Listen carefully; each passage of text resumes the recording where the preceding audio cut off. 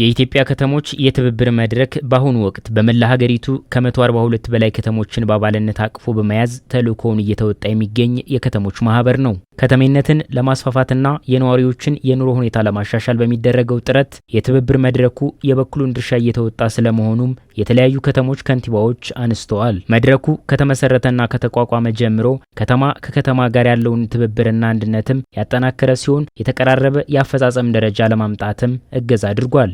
ትልቁ ነገር የልምድ ልውጦችን በመስጠት ረገድ ከፍተኛ ሚና አለው።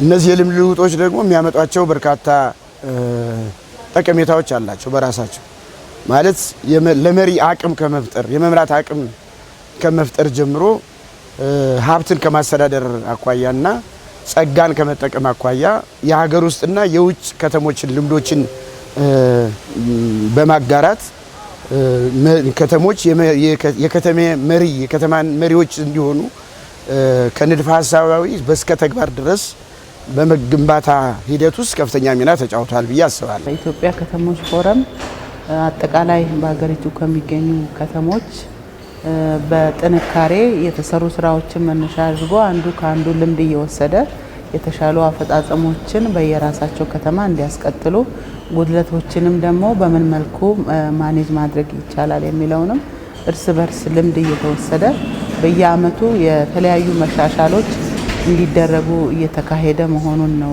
እና ትልቅ አቅም የሚፈጥር ብዙ ልምድ የሚወሰድበትና መልካም አጋጣሚ የሚፈጥር ነው የፎረሙ መመስረት። እንደኛ ከተማ በ2013 ነው የዚህ የከተሞች አባል የሆነው። ስማርት ሲቲ በሚለው መሪ ቃል ስማርት ሲቲን እንዴት በኢትዮጵያ እንፈጥራለን በሚል ግንዛቤ በመስጠት ነው የተጀመረ ማለት ነው። ስልጠና የተለያዩ ስልጠና ለከተሞች እንዲሁም ለከንቲባዎች በመስጠት ነው ከውጭ ሀገር በተገኙ ልምዶች ኮፒ በማድረግ ወደዚህ አምጥቶ በስልጠና መልክ እየተሰጠ ነው የነበረ። ስለዚህ ከዛ ተነስተን አሁን እየተሰሩ ባሉበት በከተሞቻችን ስፔሻሊ በአዲስ አበባ በትላልቅ ከተሞችና እንዲሁም በትናንሽም ከተሞች እየተሰሩ ያሉ ኮሪደሮች የመሳሰሉት ፓርኮችና ኢንቨስትመንቶች በስኬሊንግ አፕ ላይ ተንተረተ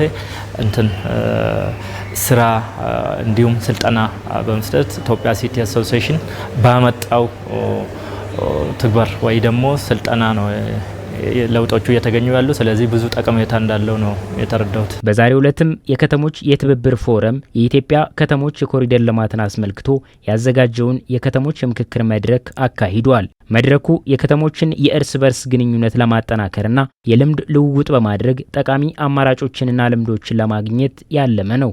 በአባል ከተሞች መካከል በተለያዩ እርከን የሚገኙ አስተዳደሮች ተልዕኳቸውን በብቃት ለመወጣት በሚያደርጉት እንቅስቃሴ የተሳካ እንዲሆን ማገዝ ነው። በመሆኑም ይህ ተቋም ሀገራችን ውስጥ በሚገኙ ከተሞች በጎ ፍቃድ አማካኝነት የተመሰረተና ተጠያቂነቱም ለአባላቱ የሆነ ለትርፍ ያልተቋቋመ ድርጅት ነው። በከተሞች የነዋሪዎችን ችግር የሚፈቱ ኢኒሼቲቮች፣ ፕሮግራሞች እንዲሁም ፕሮጀክቶችም እየተገበሩ ነው። በአዲስ አበባ ከተማ እየተተገበሩ የሚገኙት የቀዳማይ ልጅነት ፕሮግራም፣ ትምህርት ለትውልድ፣ የተማሪዎች ምገባ ፕሮግራም፣ የቤቶች ልማትና እድሳት፣ የአረንጓዴ አሻራ፣ የነገዋ ሴቶች ታድሶና አቅም ግንባታ፣ የተስፋ ብርሃን ምገባ ማዕከልና የኮሪደርና የወንዝ ዳርቻ ልማት ለነዚህ ስራዎች አብይ ምሳሌዎች ናቸው። በዚህ የከተሞች ጉባኤ ከ170 በላይ የሚሆኑ የትብብር መድረኩ አባል ከተማ ከንቲባዎች፣ የዘርፉ አመራሮች እንዲሁም ጥሪ የተደረገላቸው እንግዶች ተሳትፈዋል። በዕለቱም የአዲስ አበባ፣ የባህር ዳር፣ የቢሾፍቱ ከተሞች ከንቲባዎች በኮሪደር ልማት ዙሪያ ያከናወኑትን ምርጥ ተሞክሮ አቅርበዋል።